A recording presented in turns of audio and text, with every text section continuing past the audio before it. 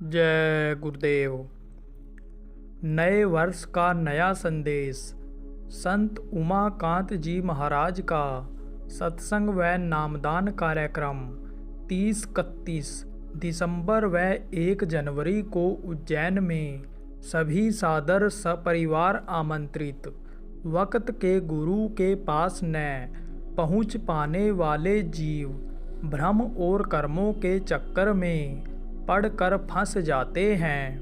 निज धामवासी बाबा जय गुरुदेव जी के आध्यात्मिक उत्तराधिकारी, नए वर्ष का नया संदेश देने वाले पूरे समर्थ संत सतगुरु दुख हरता उज्जैन वाले बाबा उमाकांत जी महाराज द्वारा सत्संग व नामदान कार्यक्रम 30 दिसंबर 2023 को सायं 4 बजे से 31 दिसंबर को दोपहर 1 बजे से 1 जनवरी 2024 प्रातः 6 बजे से स्थान बाबा जय गुरुदेव आश्रम पिंगलेश्वर रेलवे स्टेशन के सामने मक्सी रोड उज्जैन मध्य प्रदेश में।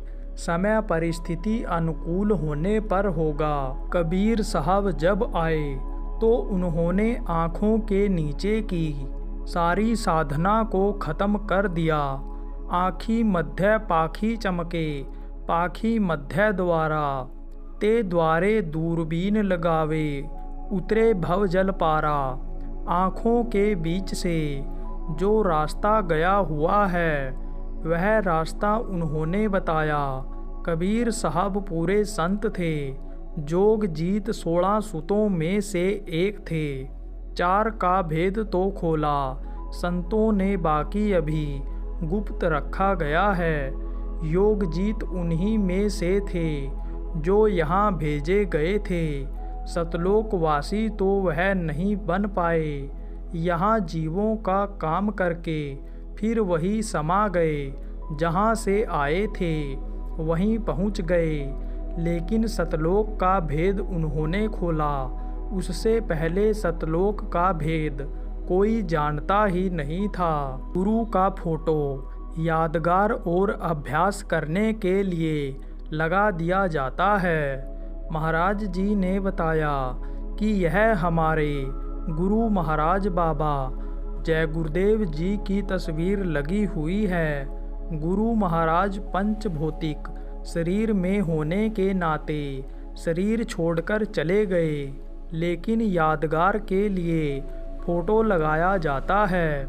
यह फ़ोटो मूर्तियाँ पहले ऐसे लोगों के लिए बनाते थे जिनको अंतर में गुरु का दर्शन नहीं होता है, जो सूरत शब्द योग की साधना जानते नहीं हैं। सूरत शब्द की साधना जानते हुए भी सूरत को शब्द के साथ जोड़ नहीं पाते, इसलिए गुरु के रूप को नहीं समझ पाते हैं। गुरु का दर्शन नहीं हो पाता है तो भ्रम और भूल में ही रह जाते हैं। तो प्रैक्टिस अभ्यास कराने के लिए यह गुरु का फोटो लगा दिया जाता है, क्योंकि गुरु के बगैर कोई एक कदम भी आगे बढ़ नहीं सकता। कलयुग के प्रथम संत कबीर साहब ने आँखों के नीचे की साधना सब खत्म कर दिया। गुरु का फोटो इसलिए लगाया जाता है क्योंकि चेहरा भूल जाता है, भूलने की आदत है। यह भूल और भ्रम का देश है। नामदान लेने के बाद आदमी भूल जाता है, इसलिए फ़ोटो लगा दिया जाता है।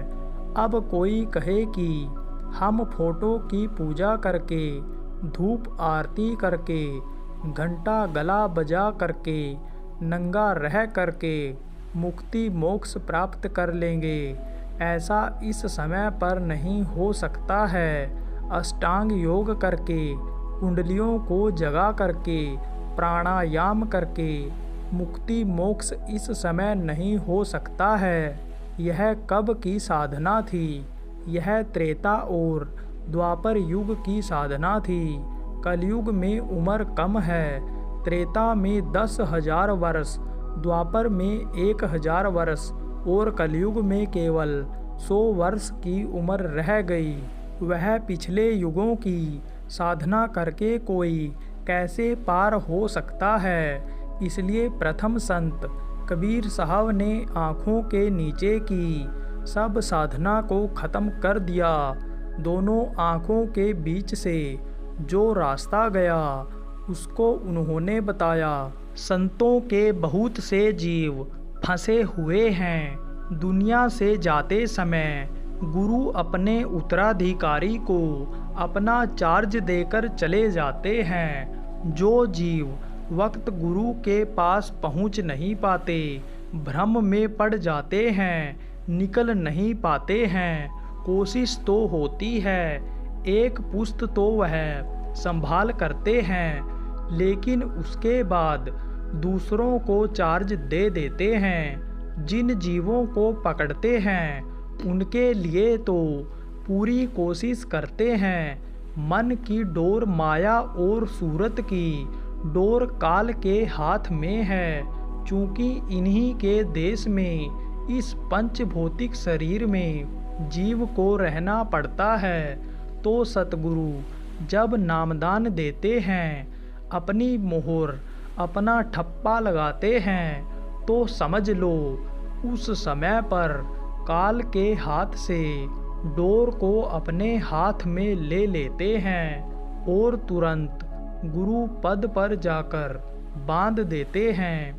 उस समय तक अगर वह उनका भगत बन गया, अगर आदेश का पालन करने लग गया, तो पीछे लगा भी लेते हैं। जैसे शादी के बाद आदमी के पीछे उसकी औरत भी बिना रोक टोक के चली जाती है, ऐसे लग जाता है। लगा लेते तो निकाल भी ले जाते हैं। नहीं विश्वास होता है, डगमगाता रहता है, तो वहीं फंसा रह जाता है।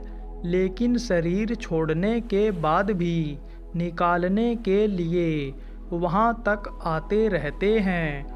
तो उस समय के आध्यात्मिक उत्तराधिकारी होते हैं, उनको सुपुर्द तो कर देते हैं, लेकिन बराबर वहाँ से संभाल करते प्रेरणा देते रहते हैं कि जा, पहुँच जा, चला जा उनके वक्त के गुरु के पास। लेकिन कर्मों के चक्कर में जीव फंसा रहता है, तो जीव फंस जाया करते हैं। उनको उपलब्धि तब मिलेगी। आप कोशिश कब करोगे? जब आपकी समस्याएं सुलझेंगी तो उनको सुलझाने का भी उपाय ले लो। जय गुरुदेव।